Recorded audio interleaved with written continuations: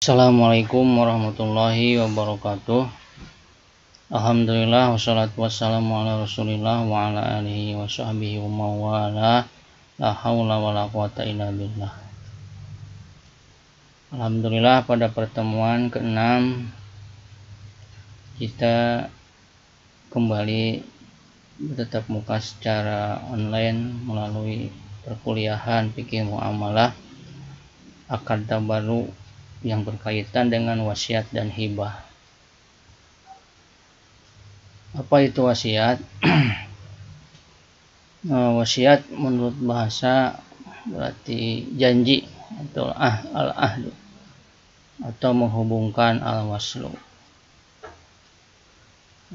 Sedangkan menurut istilah wasiat adalah kepemilikan yang disandarkan kepada sesuatu setelah meninggal dunia, baik berupa benda atau utang dengan jalan memberi. Tamliku mudofin ila ma ba'dal maut ainan kana audainan bitariqit tabarru. Apa itu dalil hukum wasiat? Dalil hukum wasiat bisa dilihat dalam Al-Quran. Quran surat Al-Baqarah ayat 180. Bisa dilihat nanti ayatnya apa.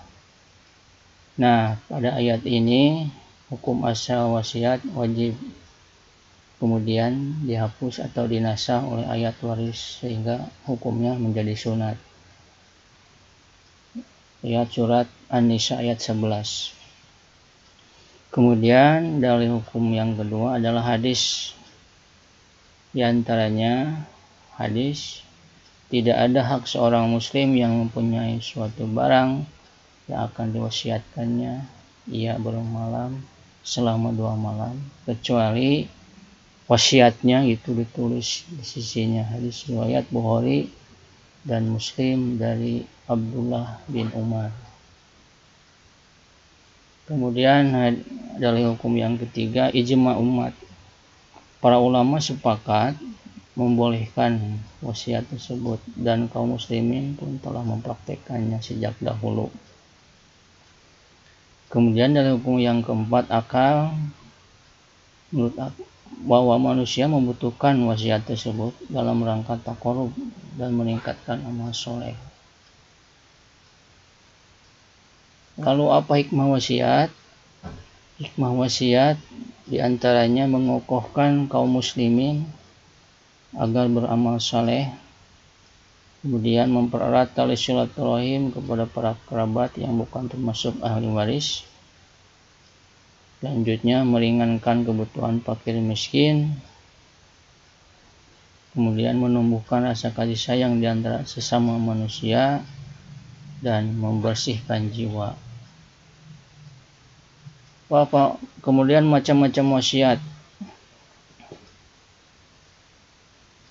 Pertama, ada yang wasiat wajib seperti wasiat membayar utang. Jadi jika seseorang punya utang, kemudian dia berwasiat pada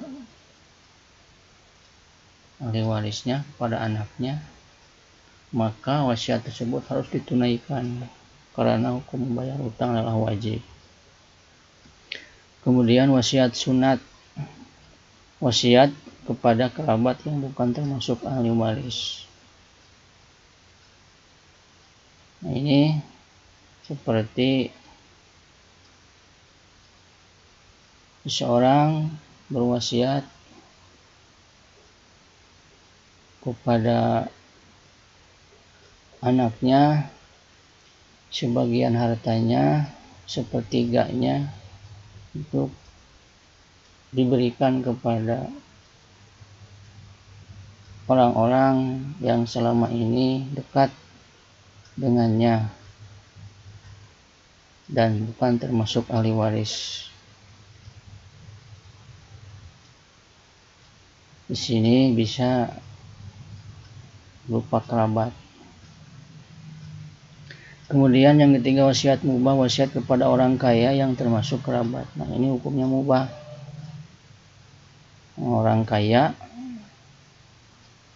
yang termasuk kerabat.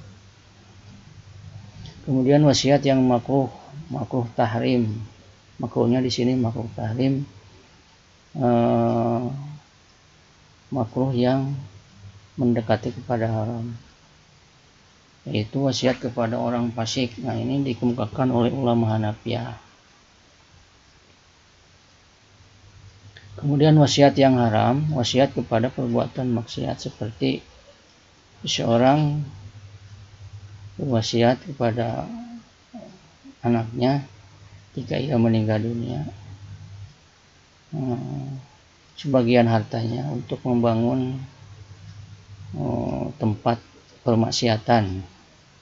Nah, ini wasiatnya haram, jangan ditunaikan.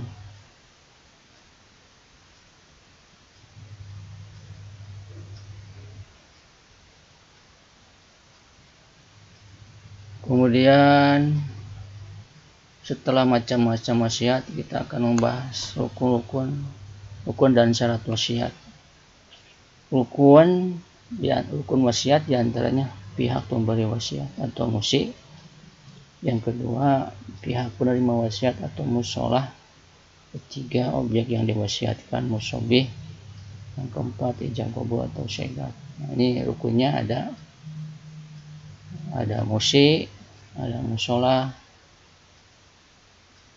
ada musobi, ada syegat. Tadi ada 4. Sedangkan mengenai syarat, diantaranya ini contohnya syarat yang berkenaan dengan orang yang pihak memberi wasiat atau musi, ia harus ahlu tabaru. Ahliyatut tabaru itu artinya dia kompeten dalam memberi, bukan anak kecil. Dia paham apa yang akan dia beri. Kemudian syarat yang berhubungan dengan pihak penerima wasiat, diantaranya harus ahliyatut tamlik.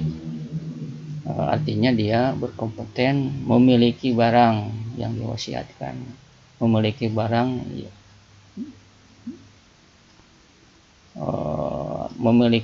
yang dia terima dari orang lain melalui wasiat. Seperti tidak diperbolehkan penerima wasiat seperti bagaimana tadi anak yang masih kecil. Kemudian syarat yang berhubungan dengan musobih. Musobih itu objek yang diwasiatkan. Ini harus berupa barang yang bisa diwariskan. Apa saja yang bisa diwariskan, boleh. Apa saja yang bisa diwariskan maka boleh juga diwasiatkan. Seperti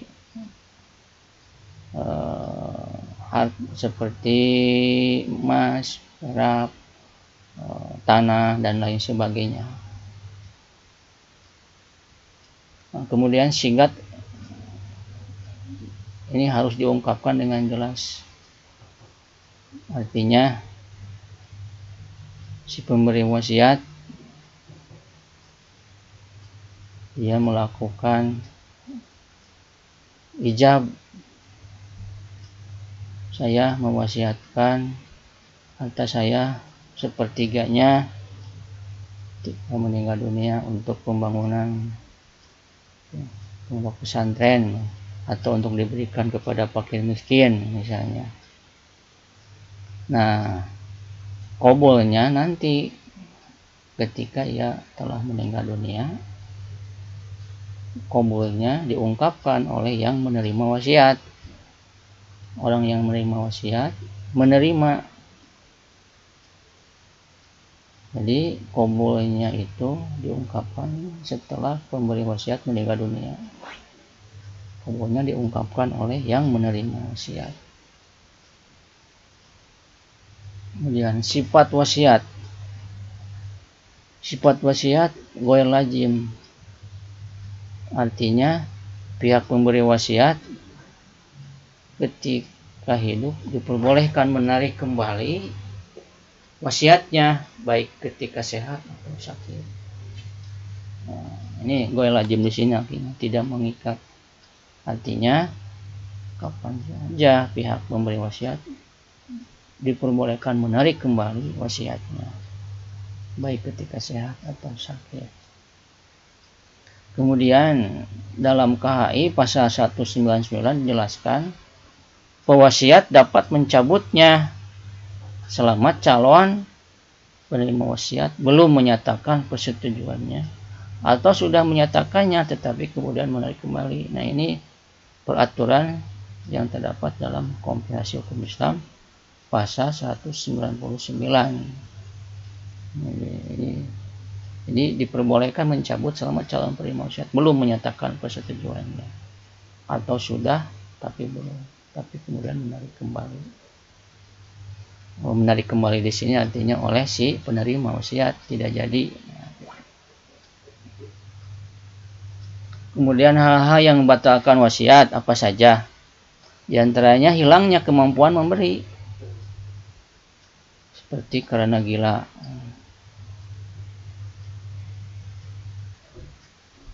Kemudian pewasiat menarik kembali sebagaimana tadi kemukakan. Kemudian pihak penerima wasiat tidak mau menerima wasiat setelah meninggalnya pewasiat. Nah, ini si penerima wasiat tidak mau menerima wasiat setelah meninggalnya pewasiat. Jelas sekali ya, penerima wasiat tidak mau menerima wasiat. Selanjutnya pihak penerima wasiat meninggal duluan sebelum meninggalnya pihak pemberi wasiat. Nah, ini artinya orang yang akan menerima wasiat meninggal duluan sebelum meninggalnya pihak pemberi wasiat. Jadi tidak jadi si pemberi wasiat itu tidak jadi memberikan wasiat karena orang yang akan menerima meninggal duluan. Kemudian pihak penerima wasiat membunuh pihak pemberi wasiat. Nah, ini orang yang akan diberi wasiat membunuh pihak pemberi wasiat. Nah, ini yang membatalkan wasiat sebagaimana yang berlaku dalam waris. Orang yang menerima warisan kemudian membunuh pihak pewaris. Nah, ini juga ini diberlakukan kepada hukum wasiat.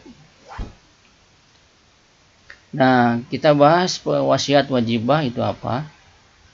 Wasiat wajibah itu wasiat wajib yang diberikan kepada kerabat yang tidak berhak menerima waris karena terhalang untuk menerimanya seperti berlainan agama. Nah, wasiat wajibah ini dikemukakan oleh Said bin Musayyab, Hasan al-Basri, Tawus atau Az-Zuhri, Masruq, Qatadah, Iyas, Abu Majid dan Ibnu Hazm. Di dalam kitab Al-Muhalla, Ibnu Hazm secara jelas menjelaskan tentang wasiat wajibah ini. Jadi bisa dilihat dalam kitabnya Al-Muhalla yang membahas tentang wasiat wajibah. Lalu kita lanjutkan dengan materi hibah. Apa itu hibah? Hibah menurut bahasa adalah pemberian sesuatu yang tidak ada timbal balik. Sama juga dengan masih berkenaan dengan akad tabaruk. Karena itu tidak ada timbal balik yang dari yang diberi. Artinya yang diberi tidak ada keharusan memberinya lagi kepada pemberi. Definisi hibah menurut istilah adalah pemindahan kepemilikan benda yang mempunyai manfaat bisa diserah terimakan serta tidak memerlukan pengganti. Nah, ini oleh karena itu syarat-syarat barang yang akan diberikan itu ada manfaatnya. Tidak ada kalau tidak ada manfaatnya. Kemudian bisa diserah terimakan, artinya bukan sesuatu benda yang sulit untuk diserah terimakan. Ketika itu seperti gimana memberikan sesuatu benda burung yang sedang terbang di udara, sulit bisa diserah terimakannya, terkecuali kalau sudah masuk sangkal. Nah, syaratnya serta tidak memerlukan pengganti sebagaimana tadi telah dijelaskan. Dari hukum hibah diantaranya dalam Al-Quran surat An-Nisa ayat 4 Nanti cari ayatnya, Al-Maidah ayat 2. Kemudian hadis diantaranya, hendaklah kalian saling memberi hibah, memberi hadiah, karena dapat menghilangkan sifat benci dalam dada. Hadis riwayat Tirmidzi dari Abu Hurairah. Nah, hadis mengenai hibah ini ada kaitannya juga dengan hadiah, dengan sedekah. Oleh karena itu hadisnya bercampur, ada yang secara khusus hibah, hadiah, dan sedekah. Kemudian dari hukum yang ketiga, ijma. Para ulama sepakat hukum hibah sunat, tapi bisa jadi haram apabila tujuannya untuk suap menyuap misalnya. Bisa juga makruh apabila tujuannya ingin dilihat orang lain, seperti riya atau riya.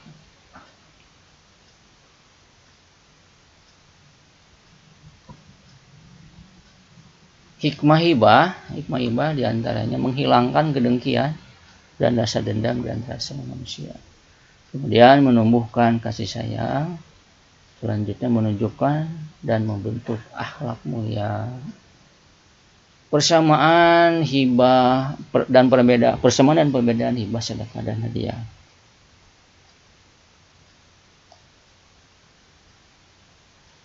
Persamaannya diantaranya hukumnya sunat.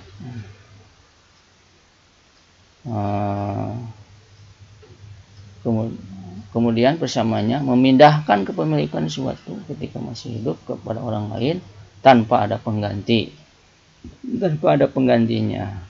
Apa perbedaannya? Perbedaannya sedekah untuk orang yang membutuhkan, seperti fakir miskin.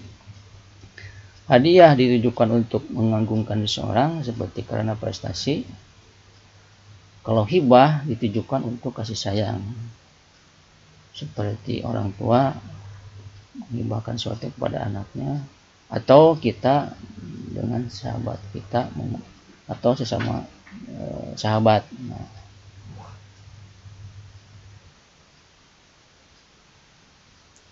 Kemudian rukun dan syarat hibah. Rukun dan syarat hibah apa saja? Rukunnya ada pihak pemberi, wahib, pihak penerima, mauhublah, harta yang dihibahkan, mauhubih, ijab gogo atau segat. Syaratnya diantaranya syarat yang berhubungan dengan wahib harus ahliyatut tabarru, sebagaimana tadi dijelaskan dalam wasiat, masih sama. Syarat yang berhubungan dengan mauhublah harus ahliyatut tamlik, sama seperti tadi telah dijelaskan. Kemudian mauhublah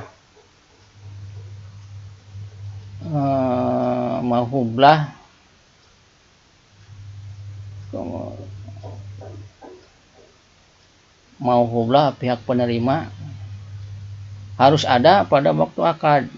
Artinya ketika dia akan menerima hibah, dia harus ada pada waktu akad. Atau menyaksikan pada waktu akad. Artinya harus jelas siapa yang akan diberinya.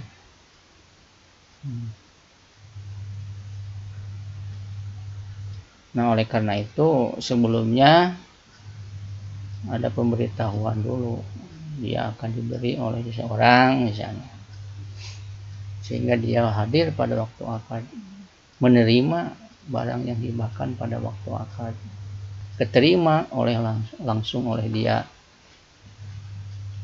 terkecuali mewakilkan kepada orang lain karena ada halangan. Kemudian milik sempurna.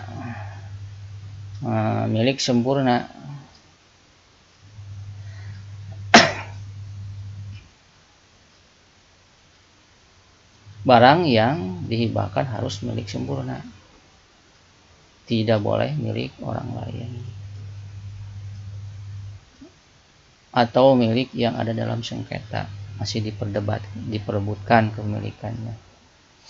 Kemudian sigot tidak boleh dikaitkan dengan waktu yang akan datang.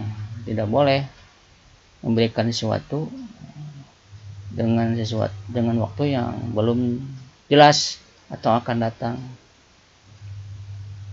Seperti gini contohnya, seorang pemberi menyatakan saya akan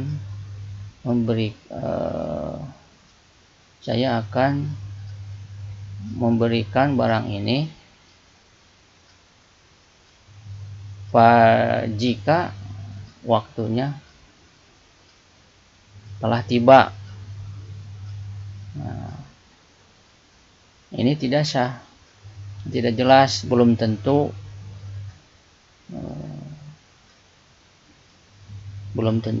kejelasan, belum tentu datang atau tidaknya, belum tentu peristiwa tersebut datang.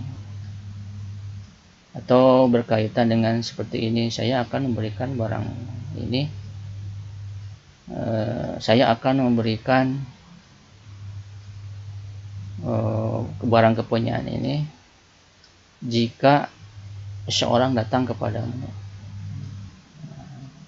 Nah, ini artinya dalam syigat ini harus jelas waktunya, tidak boleh disandarkan kepada sesuatu, atau tidak boleh waktu yang akan datang. Artinya ketika dia akan memberikan sesuatu,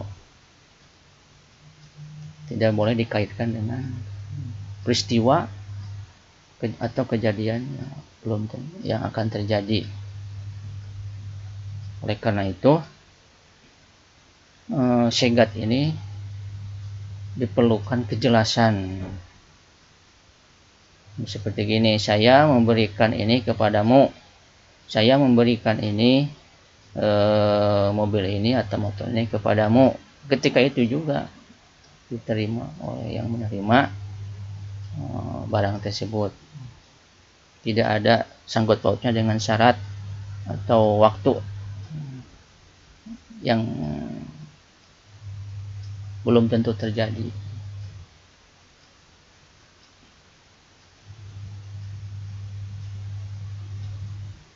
Bagaimana sifat tiba? Sifat tiba lazim, artinya pihak pemberi tidak diperbolehkan menarik kembali atau membatalkan hibah yang telah diterima oleh penerima, kecuali hibah ayah kepada anaknya, baik ia masih kecil atau sudah dewasa. Nah, ini sifat hibah ini hukumnya sifatnya lazim, kecuali, nah tadi ini diterangkan dalam hadisnya, nanti cari dalam hadisnya dalam beberapa referensi, kecuali hibah ayah pada anaknya ini boleh ditarik kembali, baik ia masih kecil atau sudah dewasa.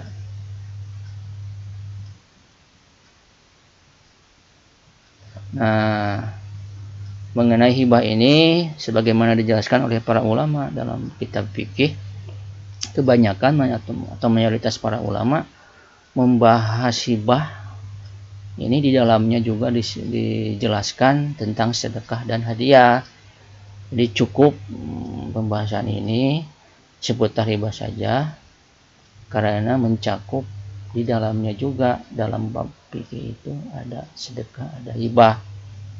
Namun ada sebagian para ulama mengatakan memang fadilahnya di antara ketiganya adalah fadilah sedekah. Nah, ada juga yang seperti itu, para ulama mengatakan hal demikian, seperti Ibnu Qudamah dalam kitab Al-Mughni mengatakan keutamaan sedekah itu lebih banyak daripada keutamaan hibah. Masih banyak referensi-referensi yang lain yang mencantumkan sedekah, hadiah di dalam pembahasan hibah. Untuk referensi silakan buku saya, baca Transaksi Ekonomi Syariah atau kitab-kitab fikih dari berbagai mazhab seperti Hanafiyah, Malikiyah, Syafi'iyah, Hanabilah atau Dhahiriyah. Kalau Hanafiyah seperti Badai Syonai Al-Kasani, seperti kalau Malikiyah seperti Dakhirah karya Al-Qurafi, kalau Syafi'iyah seperti Al-Majmu karya Imam Nawawi, kalau Hanabilah seperti tadi telah dimukakan Ibnu Qudamah dalam kitab Al-Mughni, kalau Dhahiriyah seperti Al-Muhalla karya Ibnu Hazm. Demikian para mahasiswa, akhirul kalam. Assalamualaikum warahmatullahi wabarakatuh.